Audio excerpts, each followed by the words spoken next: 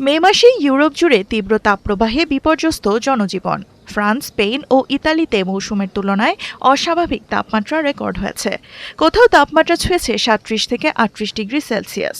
দাবদাহ থেকে বাঁচতে মানুষ ছুটছে ফোয়ারা, ছায়াঘেরা জায়গা ও পানির কাছে।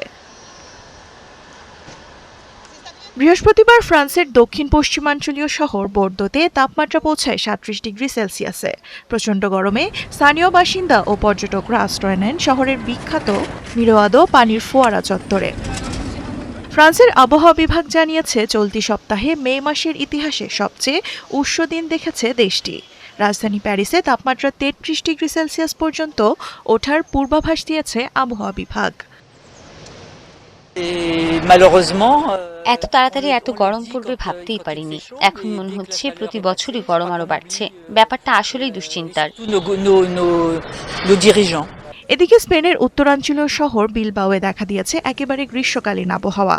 সাধারণত ঠান্ডা ও বৃষ্টিপ্রবণ এই অঞ্চলেও এবার তাপমাত্রা ৩৮ ডিগ্রি ছাড়িয়েছে।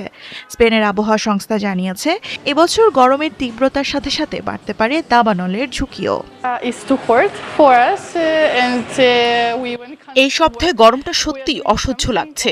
ঠিকমতো কাজও করা যাচ্ছে না।